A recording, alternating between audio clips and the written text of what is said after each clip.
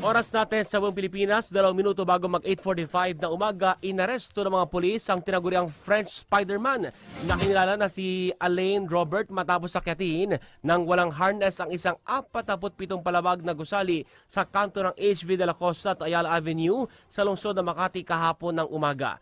Kilala po sa buong mundo si Robert sa larangan ng free solo climbing kung saan inakyat niya ang ilang mga mataas na gusali na walang climbing equipment gaya po ng Burj Khalifa, Taipei 101, Eiffel Tower at iba pa. Makalipas sa halos 2 oras na pag-akyat, agad din siyang inaresto ng Makati PNP at dinala sa Substation 6 nito.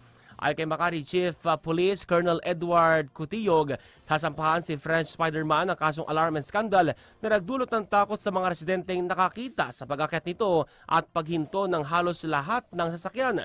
Ay po sa 61 taong gulang na si Human Spider na itinuturong dahilan ng kanyang pag-akyat ay ang sigalot sa West Philippine Sea.